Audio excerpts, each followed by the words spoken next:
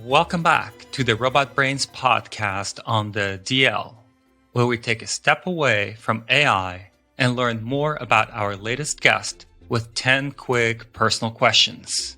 All right, let's dive in. Geoff, if you could have a robot take over any part of your life, what would you have it do for you? I would have it write letters of recommendation. Who has inspired you the most in your career journey? I had a friend at high school called Inman Harvey, and he inspired me a lot to think about how memory works in the brain. Dave Rommelhart inspired me a lot when I was a postdoc.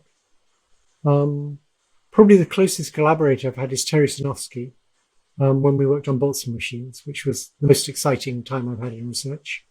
And that I found that very inspirational. I've got a lot out of talking to Ilya, who's I get along with him very well because he's sort of open to anything and very creative. But I guess I've been inspired by lots of people. If you could give robots and machines one human value, what would it be? Yeah, if only you could. I think probably don't be evil. My problem is I don't think we're going to be able to. I'm much less confident than people like Stuart Russell about whether we're going to be able to instill values into machines or goals into machines. And one reason I'm less confident is because the military is making robots and they want the robots to kill people. That seems like a bad start. But also I think you want machines to be effective, and to be effective, they need a level of autonomy. You can't micromanage them.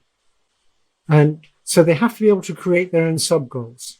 And as soon as you've got something that creates its own sub-goals, you've got dangers that it'll start creating goals that you don't understand. So I worry about that. And I don't know of any, actually I know only one case where a more intelligent thing is controlled by a less intelligent thing. And that's quite an instructive case. And it's a baby controlling a mother.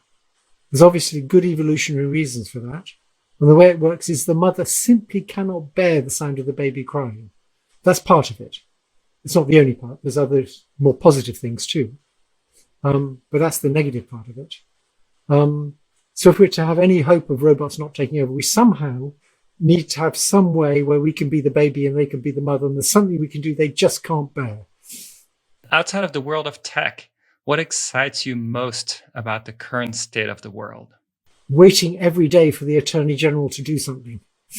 If you had to give up work and volunteer for the rest of your life, what would you do and why? I guess what this amounts to is if my brain had decayed so much that I couldn't program anymore or couldn't do research anymore, what would I do? I'd do carpentry. Back to carpentry. What's the last book you read? There's a very good book by Cade Metz, and I advise everybody to read it. Just read it in preparation for our conversation a second time around. Yeah, Genius Makers. It's beautiful story. Best present you've ever received? I think the best present I've ever received was a power drill. I'm trying to remember the name of the company. It's black and yellow. And I always used to use cheap power drills. And I never realized how much better a power drill could be than that. It's just I just love that power drill. I bought one for other people now. That's the best present I've ever had. Dinner with one person, living or deceased. Oh, my wife. Most overrated virtue. Reading the literature. What's something that many people don't know about you? My shoe size is 9.5. Yeah, I bet very few people knew that. There you go.